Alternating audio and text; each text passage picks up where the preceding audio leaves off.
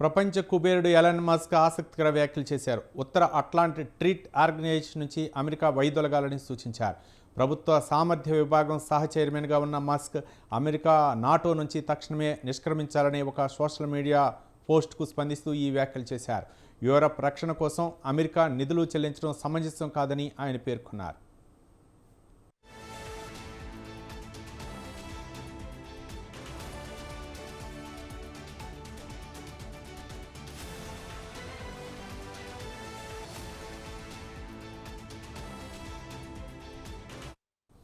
మార్చి 2న కూడా మస్క్ ఇదే విధమైన అభిప్రాయాన్ని వ్యక్తం చేశారు. నాటో ఐక్యరాజ్య సమితి నుంచి అమెరికా వైదొలగాలని కోరుతూ సోషల్ మీడియాలో వచ్చిన పోస్టుతో ఆయన ఏకీభవించారు.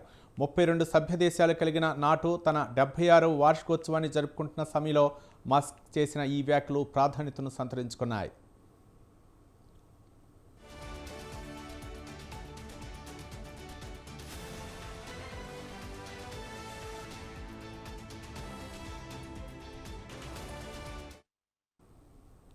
అమెరికా అధ్యక్షుడు డొనాల్డ్ ట్రంప్ సైతం నాటో విషయంలో గతంలో పలుమార్లు వ్యతిరేక వ్యాఖ్యలు చేశారు. జీడీపీలో కొంత శాతం రక్షణ కోసం ఖర్చు చేసే సభ్య దేశాలకు మద్దతు ఇచ్చే విధంగా అమెరికా తన విధానాలను రూపొందించుకోవాలని ఆయన అన్నారు. నిధులు చెల్లించని దేశాలను తాము రక్షించబోమని ట్రంప్ స్పష్టం చేశారు.